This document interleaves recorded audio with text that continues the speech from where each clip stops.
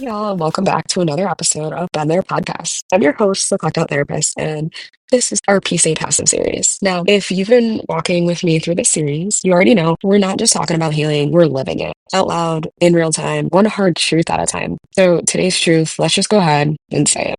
You're not letting God, you're just hiding. Yeah, let's unpack that. This spiritual excuse. So many of us love to throw around that phrase. I'm just waiting on God. If it's meant to be, it will be. I don't want to move ahead of God's timing. And don't get me wrong, there is beauty in surrender. There is power in patience. But let's be real for a second. Some of us are not waiting on God. We're avoiding our own responsibility. We're hiding behind our faith instead of being fueled by it. Because if we're being honest, letting God has become a cover for fear, period. Fear of failing, fear of starting over, fear of choosing wrong. But here's the thing. God doesn't bless passivity. He partners with obedience. And obedience still requires movement. And if you've been around for a while or since the beginning of another episode, obedience is the next step. If you haven't heard it, it's also a really good one. Run it back because it kind of ties into this a little bit too. Yeah.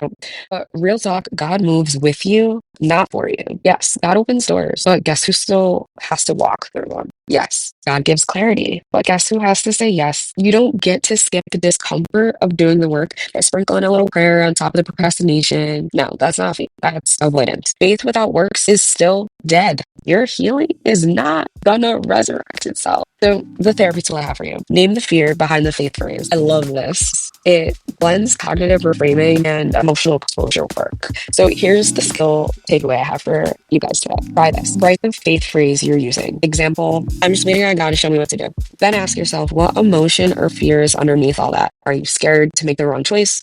Are you afraid people won't support you? Are you nervous that if you try and fail, you'll look foolish? Afraid of judgment? And third, frame that phrase into a truth that includes both faith and action.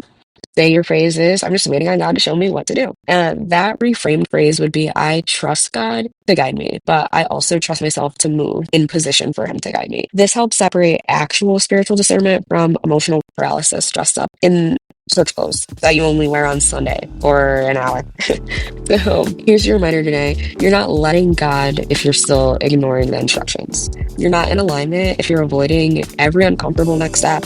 And peace, that God-given soul-fed peace, it requires movement. Letting go is not the same as doing nothing. I'm gonna run that one back. Letting go is not the same as doing nothing. I think third time's a charm. Letting go is not the same as doing nothing. Faith is not passive. Obedience is not optional. Stop hiding behind God. Start walking with Him. And if this episode tugged at your edges, that means it's working. If you're ready to stop waiting and start walking, send this to somebody who needs that same push.